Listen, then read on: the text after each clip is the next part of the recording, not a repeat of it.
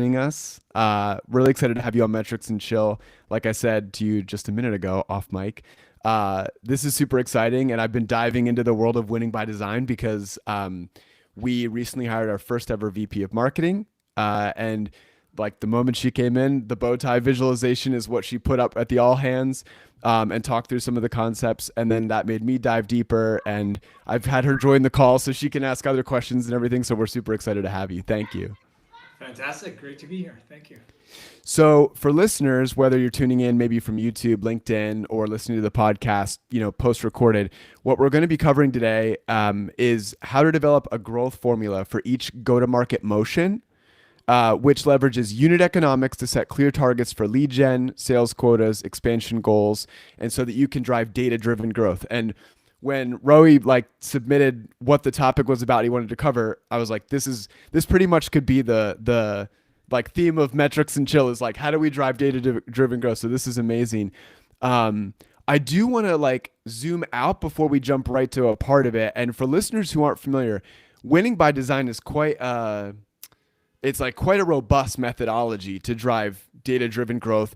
There's these models that you walk businesses through, and each model's got its own lessons to unpack. So what we're doing, just for listeners to understand, is we're kind of zooming in on one model, like the growth formula model, Yeah. and we're going to talk about just that today. But if you feel like, oh man, there's a lot of stuff I feel like I missed, it's because this is a massive framework. And I would encourage you to follow Roee after this on LinkedIn, go to Winning by Design, check out some of the free materials or look at the online course and things like that. Or buy the book. Or Everything's buy the written in the book. book, right? Yeah, and just to comment on that, maybe. Um, when you think of it, in our industry, there are no standards, there are no common frameworks, right? How can you compare your metrics and data to another company if you guys don't Mhm. have the same framework and structure to start off with? So we're in that situation, and anything that we can leverage is like, okay, let's see ARR, right? That's a common thing, assuming that you measure it the same way. Um, Win rate. Let's say win rate, right? When you take that, even win rate, are we comparing apples to apple? And I'll give you the classical example. Win rate, are we measuring it from an opportunity creation, which is post discovery call, or before the discovery call? Now, it makes a whole ton of difference if you're measuring and comparing to a company that does it the other way.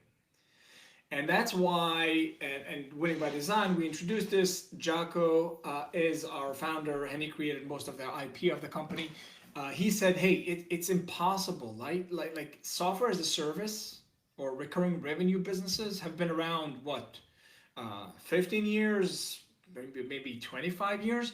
There are no standards on how to measure those things."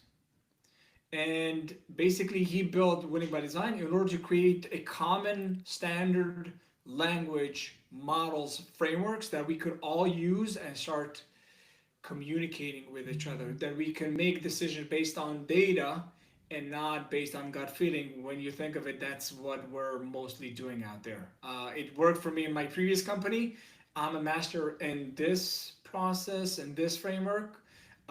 I've seen it work in the other company. I went to an event. Somebody told me that this is the magical formula of how to build a company, and that's what I'm doing, which is not based on data, on scientific principles, and that's what we're trying to change by introducing the set of models that you introduced. And today we want to focus on one, which is we call the data model, which includes the bow tie for those of you out there that are familiar with the bow tie. So yeah, that's an introduction from my end. Thank. I love it. I love it. Yeah, no, I was literally going to my next question was going to be, please give an overview of the framework. So I love this. And yeah, so Google Winning by Design, you can dive deep. There is the book on Amazon.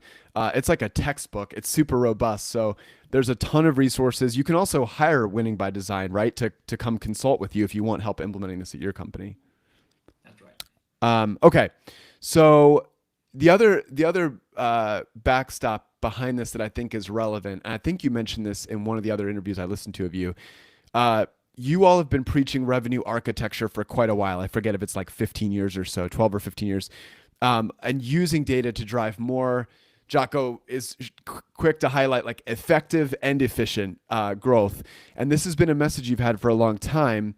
And it's like efficiency has always been needed, but it feels like more companies must be paying attention to this message now, given sort of the state of everything after 2021 and whatever, as it's like harder to drive sales and all of that. So people are looking to get more results and be more effective with less resources. And that's another reason why I love this framework. And I think people are going to be excited to hear what you have to say today. Yeah, fantastic. Yeah, it's harder to raise money. There are no IPOs. We need to do more with less. That's what the investors and our board members are telling us. So we're in those roles and the field need to actually still keep on growing, but now we're expecting to do that with much less resources that we probably had in 2020 and 2021. Yeah, yeah, absolutely. Okay, so let's start here from a really high level. Can you walk us through? I know, so if you're tracking along with the winning by design models, we're in the data model. And if you go look at the overview or go check out some of the resources, you'll see what we're talking about. We're specifically in the data model, and we're going to be talking about this growth formula. Can you walk us through what is the growth formula at a high level? What metrics or unit economics go into it? And like, is this where the bow tie visual comes in? Yeah, yeah. All right. Before we talk about the growth formula, let's talk about the data model. And Okay. the structure uh, resembles a bow tie. Why a bow tie? So when you think of it, most of us have been using the classical sales and marketing funnel. Sales and marketing funnel, top down, marketing or top of the funnel, sales, bottom of the funnel at the bottom. Leads, prospects, visitors come from the top, converted into prospects, converted into opportunities, converted into paying customers. Um, we believe that this, if you measure a company like that, there are different um, problems with it, but the biggest problem is that it doesn't talk about where recurring revenue takes place. Hmm. Recurring revenue, which is the basic thing of our business model, and our business model and recurring revenue um, says that, and we all know this, that you're probably not profitable on the first contract length. You need to have your customers continue and renew with you until you get to some sort of profitability. And you're probably losing money on the first contract length, the first year, the first month, whatever it is.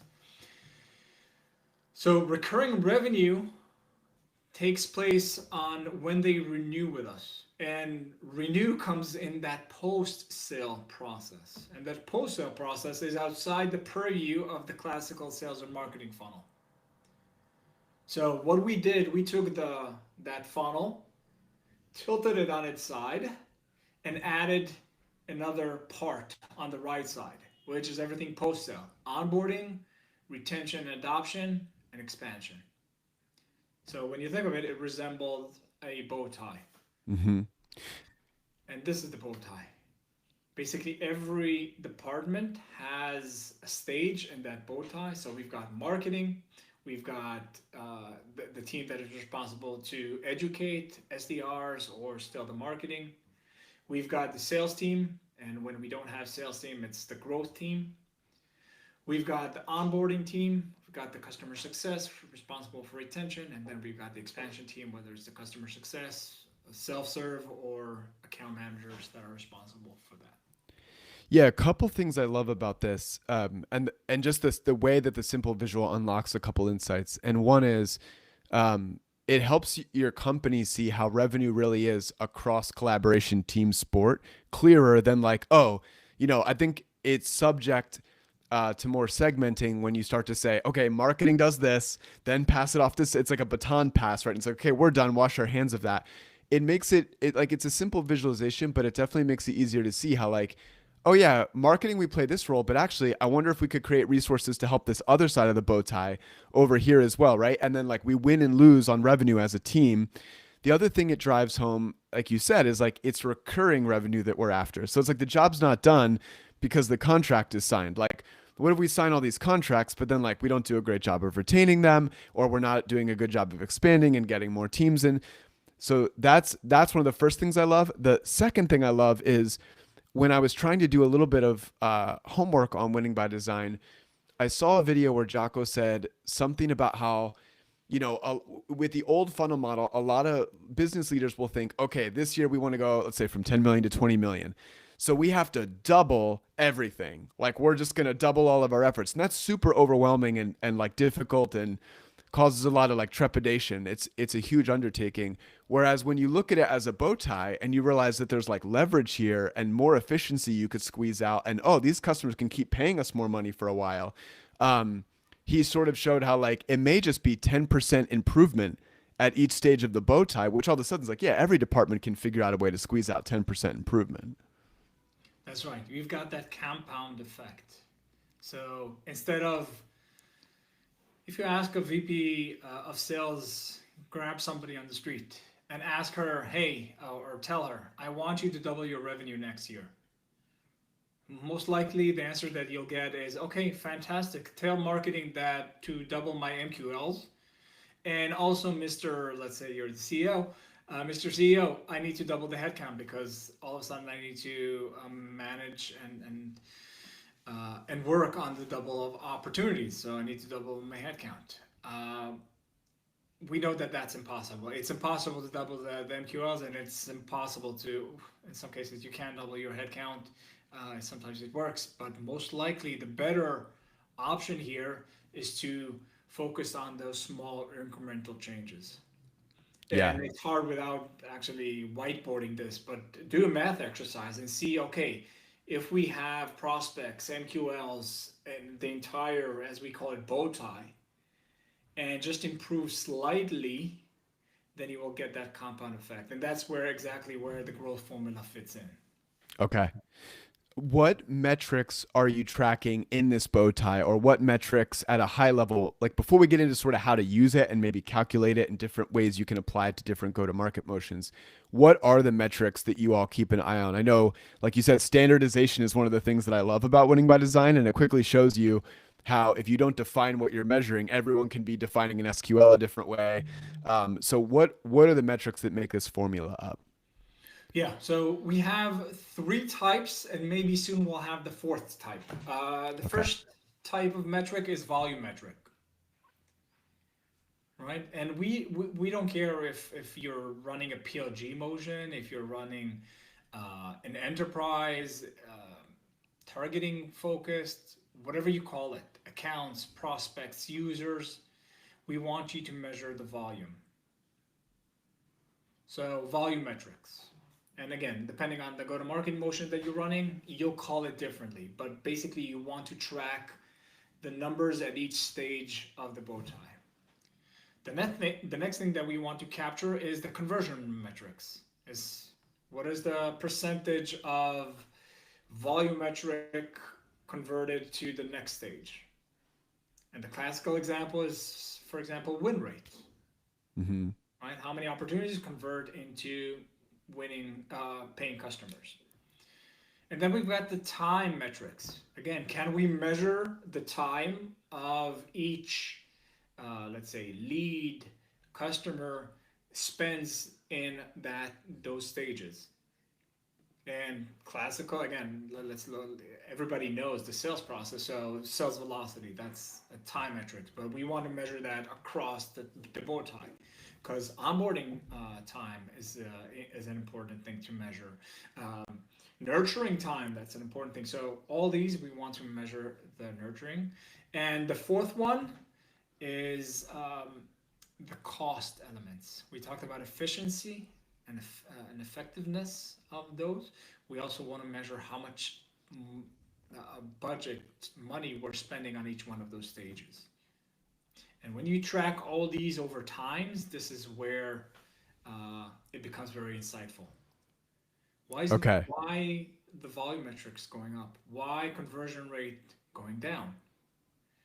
So that's one thing. Second thing, if we standardized according to the bow tie, I can now go to another company and benchmark myself according to them. Hmm. When I'm measuring the same thing, what's your win rate? What's my win rate? Fantastic. Now I can start benchmarking not only trend lines um, of my company, but also external other types of companies out there. Got it. Okay, so the first thing is these four types of metrics. So volume would be like, 4,000 leads. Conversion would be like we go, MQL to SQL is 30% or something. Mm. Time is this happens over a course of 30 days, and then cost is the total amount involved or budget or spend to make that happen. Um, and then when it comes to like I saw on the visual, like you've got sort of these like vertical lines that are going and measuring each one, and I think some of the tenants I have in my notes here are like I don't is it always this way, but you look at leads, opportunity, qualified opportunity, or I think in the one video it said like SQL, then win rate, then commit, what a lot of people would consider like deal closed won. Um, are those standardized like for winning by design or like depend on the company? Not at all. This is why I call it a volume metrics, and we call it VM1, VM2, VM3. A company might call a visitor or a prospect or a, unqualified lead, whatever it is, right? There are different names that are thrown terminology to describe the same thing. But as long as you're keeping the same structure, it all means the same thing. That's why we white label it, call it, let's say, VM1, VM7. We Got it. don't care what you call it. Like, of course, we recommend some names, but it doesn't mean that, like, there's a classical thing. You guys are in data. So SQL, SAL. Right. 50% of the companies call SQL one thing, and the other 50 call it SAL, right? And they interchangeably use. So we didn't call it. That's VM4. That's VM3 and VM4. Got it.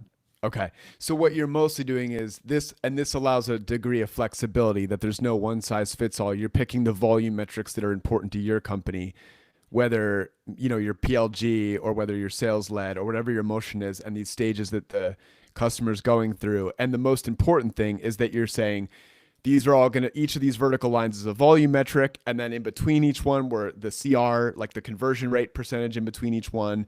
And then we're measuring the time and the cost. That's right. And again, Okay.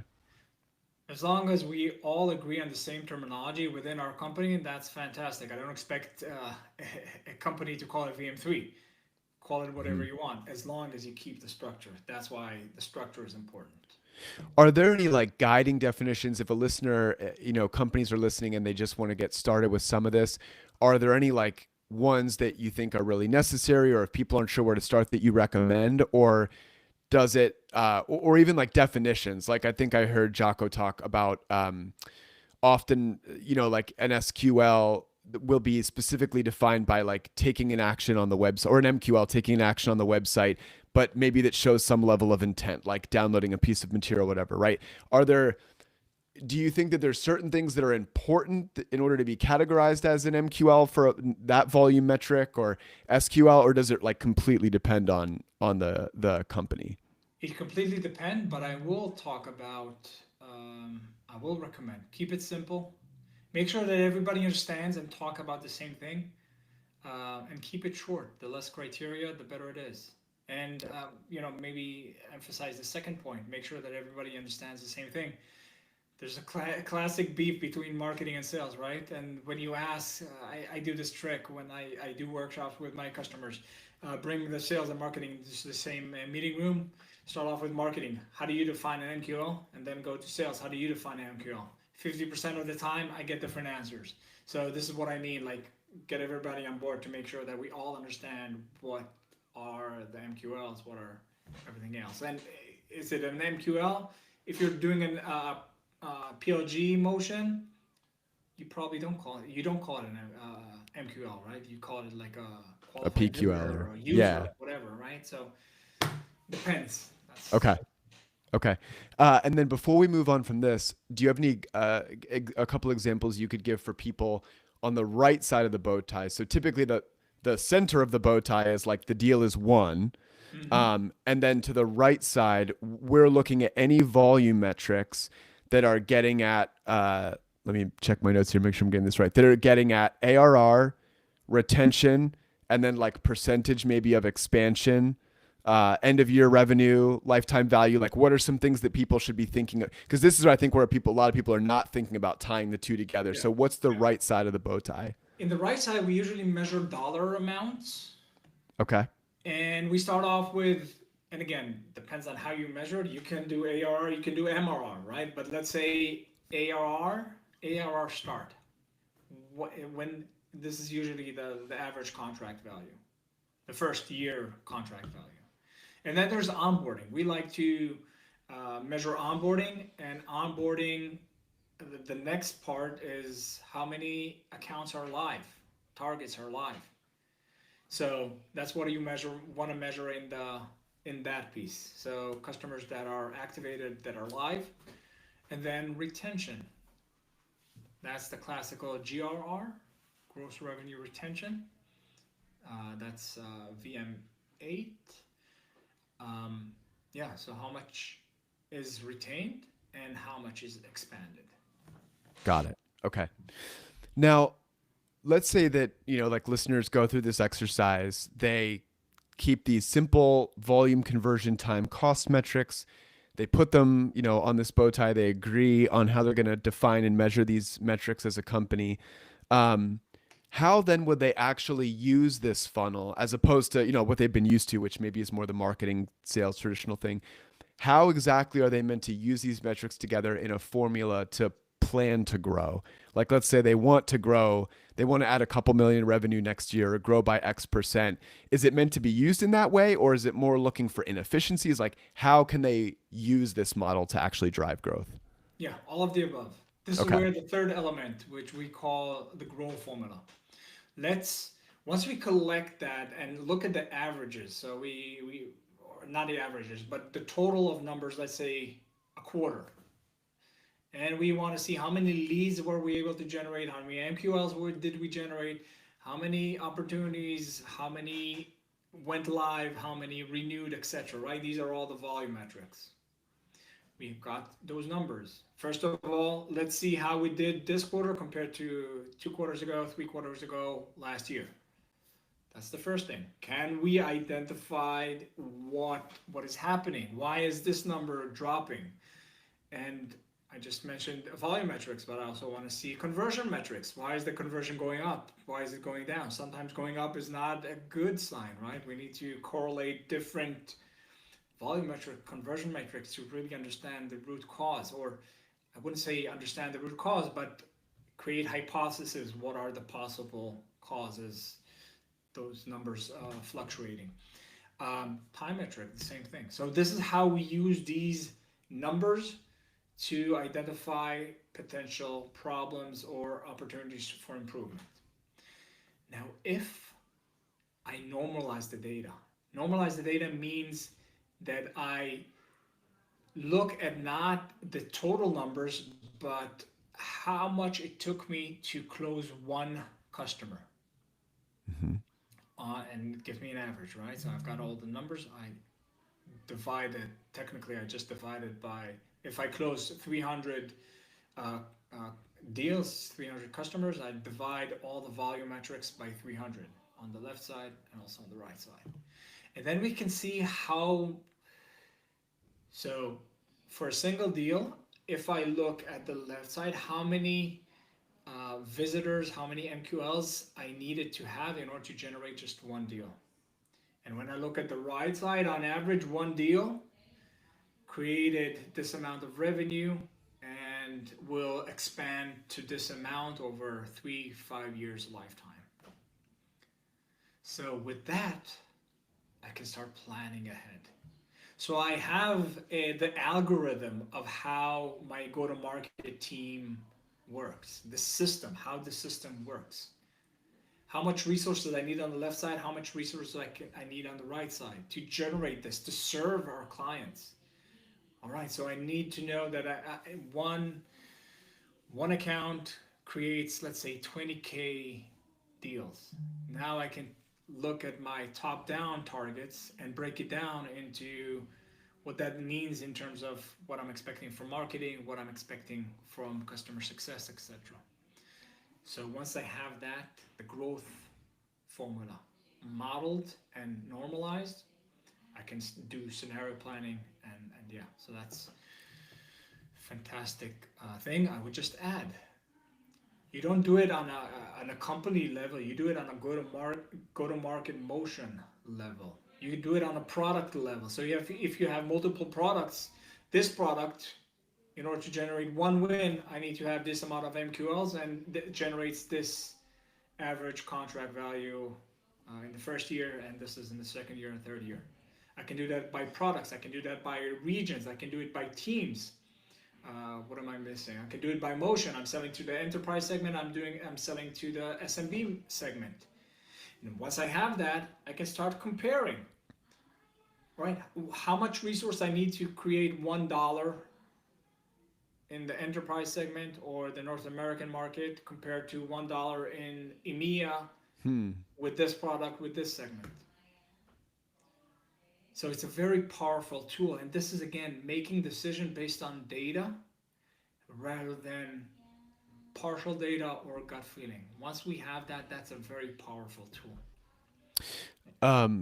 This is super helpful. So on the planning to grow side, when we say, okay, we'll standardize this, and now we know what we need at each one of these metrics in order to get this revenue amount, we distill it. It sounds like the first step is to distill it down to one, like one thing.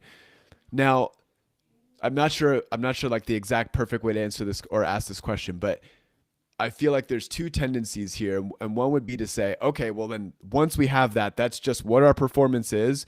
And so if we want to be at this, let's just multiply it by that, like keep that ratio and multiply it all the way up. Right. And that's where it seems like the default thinking would be for a lot of companies would be, okay, well then, if we want to 10X that, we need to 10X each stage now. But it feels like a lot of what you all talk about is a lot of opportunity for more efficiency in that. So when do you think about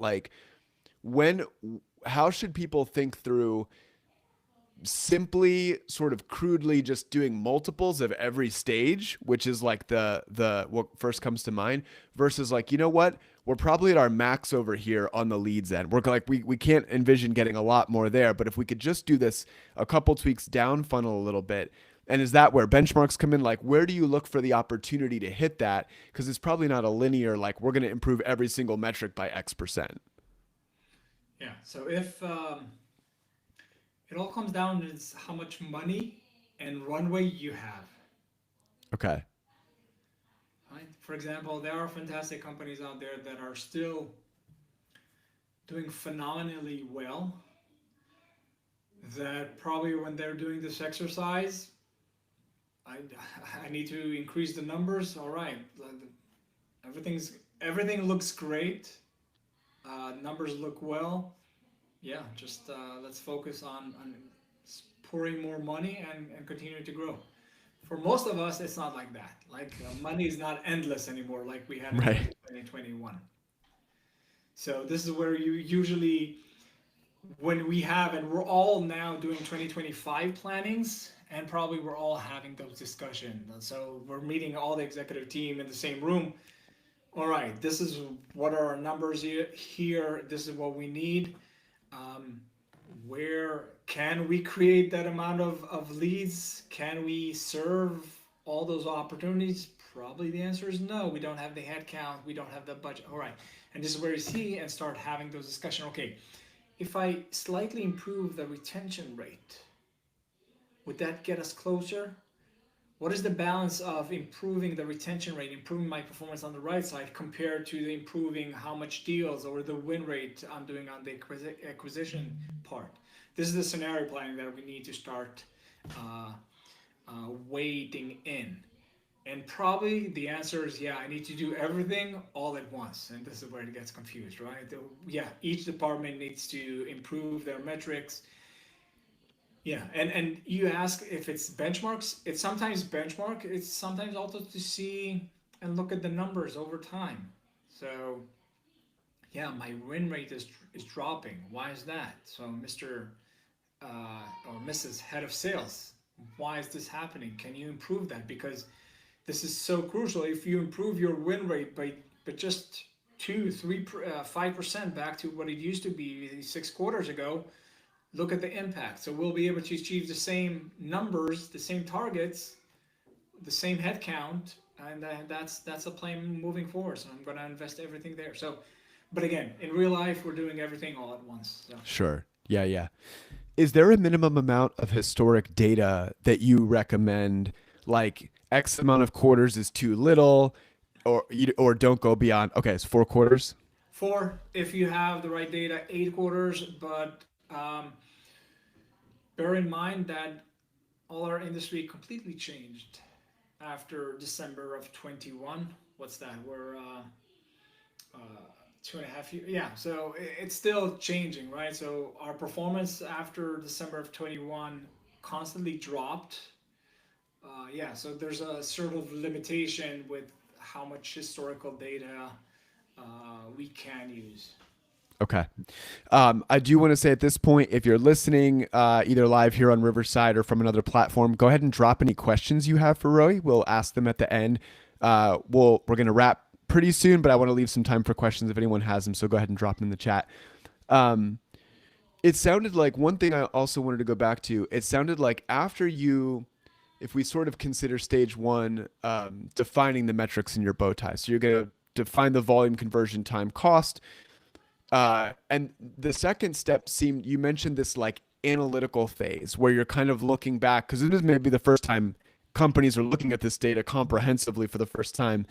And they're looking back over 4 quarters, let's say, ideally.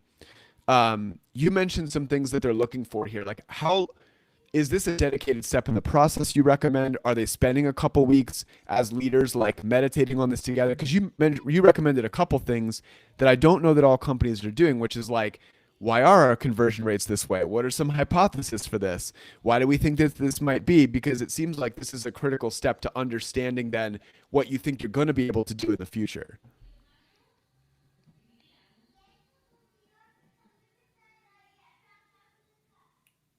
Sorry, I lost you there. Oh, you still there? Yeah, I'm here. Yeah, Okay. Okay. I So, lost you just in the last sentence. oh, okay. So I was going to say, it seems like this analytical period is an important time, like taking time to reflect on hypothesis on why your data is what it is, the volume metrics, the conversion metrics, in order to understand where you think you can go in the future. You talked about it as though it was like almost this official stage where we slow down and think about this stuff or look at it for the first time. Is there any guidance you can give companies when they do this for the first time? Yeah, best practice. It's not the first time. This is the change. Once you have that data, and by the way, how defining how and what you measure is the easy part. It Mm-hmm. just get everybody in the same room, knock it out after like half a day or a day, and you've got that settled.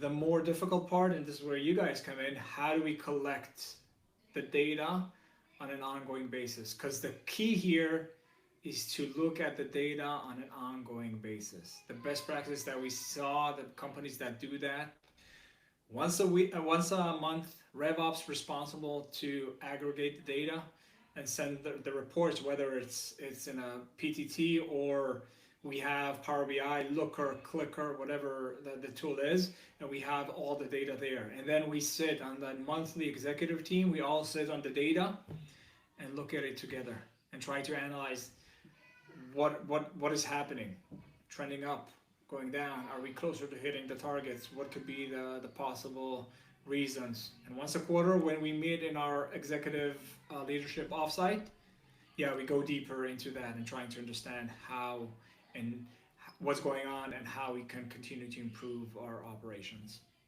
Okay. Okay, makes sense. So this is like a monthly cadence for this. How often you talked about like the go to market motion. I had a note here for one of my questions was let me see if I can find. Yes, I heard Jocko speak about treating each go to market motion as a revenue production line. Can you elaborate on what that means? That was super interesting to me. Yeah. Yeah, we introduced the concept of a revenue factory. When you think of it, the challenges that we're facing, no standards, no frameworks, have been addressed and fixed already in other markets. And the best example that we like to use is a manufacturing factory. Manufacturing factory is similar to a revenue factory. It's all about creating more output in a manufacturing, output of whatever you're manufacturing. In our case, it's increasing revenue. That's the output that this system is trying to achieve. Quality. Manufacturing has quality control. This is exactly what we talked about. Can we improve the quality of how the system works, both from our internal operations, but also from quality is also the impact that we are providing to our customers. And when you think of it, if you have different go-to-market motions, you have different production lines. Again, each production line is responsible to create some sort of output. Mm-hmm. In our case, it's each production line creates their own its own revenue, which combined is the total revenue of the company. But each go-to-market motion should be considered as its own production line. And when you have that, you need to have a different structure per different conversion rate. Sorry, different bow tie compared to different production lines, different go-to-market Okay. motions. So that's So do you still have sort of like your macro bow tie for the overall company, but then you've got these like,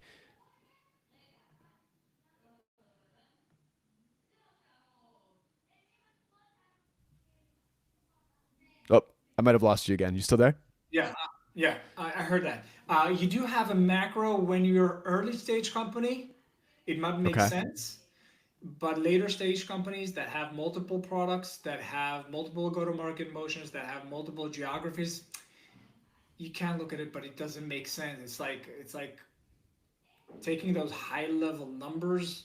Um, I like to talk about like LTV to CAC ratio, right?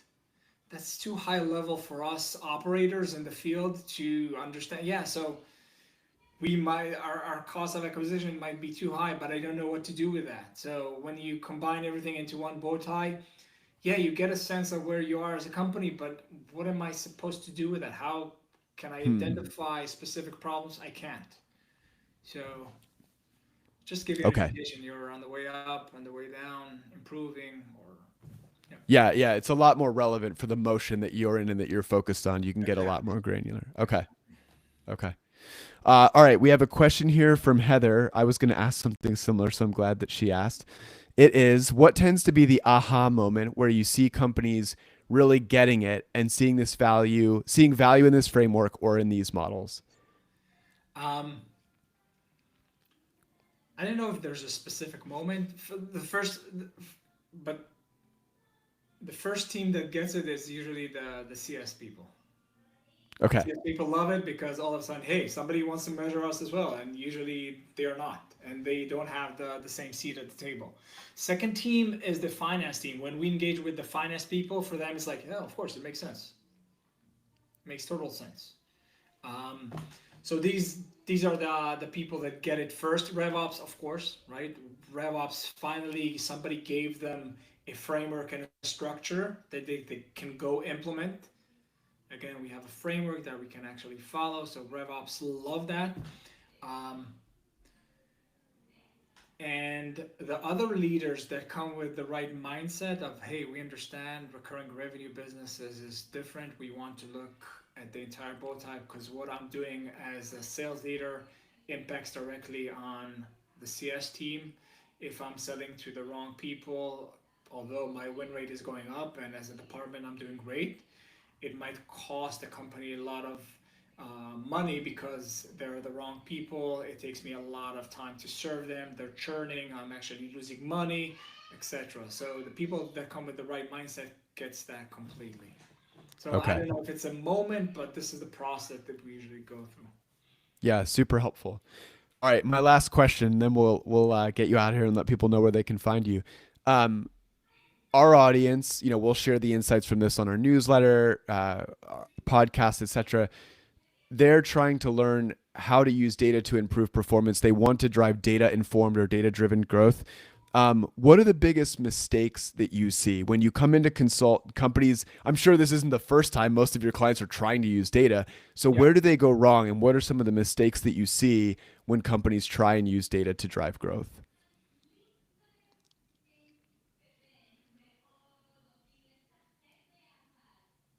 that's a tough one because usually they don't. That's the problem. Okay.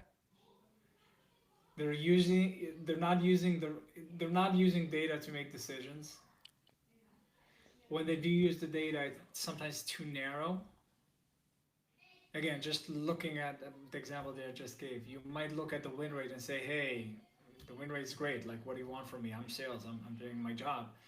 But you're actually setting to the wrong people and you're not measuring because it happens in customer success and the retention and everything that they're struggling with.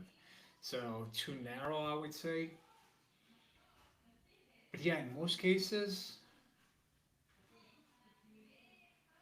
they don't do a good enough job in measuring and making decisions based on data. That's really surprising. Like, just given what I would imagine are like the types of clients that you're working with. Um, I know that smaller businesses can feel overwhelmed. Like, where do I even start? And I think there might be this mindset of like these big businesses have it all figured out. So it's probably somewhat comforting and a bit surprising. You're like, nope, like not necessarily. They're not necessarily using it as they should be either. Yeah, I just want to say it's much easier, and I see that day in and day out, for smaller companies to adopt a data model or data driven approach than the more mature companies. Hmm. More mature companies, right, implementing a data model, data structure is so hard. Multiple stakeholders, like there's a certain culture already happening. Um, and historically, yeah, it's a different time right now. It's a different industry than what we experienced before 2021. And back then, it was easy to measure the numbers, top level, high level numbers that we were all improving and growing over time. Right now, it's much harder to introduce this mindset of, all right, let's look at the data. Hmm. Well, there you go. If you're a smaller business listening to this, your competitive advantage is your data and your ability to roll this framework out quickly. So, on that note, if they want to work with you, learn the framework, follow you, where do you want listeners to go? Yeah, all right. LinkedIn is the best place. Of course, we're Okay. very active. Myself and the company is very active. This is where you can find us. Yeah, so we at Winning by Design. And for those of you who want to learn more, two options. Either buy the book. It's called Revenue Architecture. It's a fantastic book. It talks about everything that we talked about today and much more. Or come to our courses. We also teach those frameworks. We have revenue architecture courses. It's great, and getting some fantastic feedback on that. Awesome. We'll be sure to link to it in the newsletter. So if you're listening and you get our newsletter summarizing this episode, you'll find the links in there. Roy, thank you so much for coming on. This has been really awesome. Fantastic. Thank you for having me.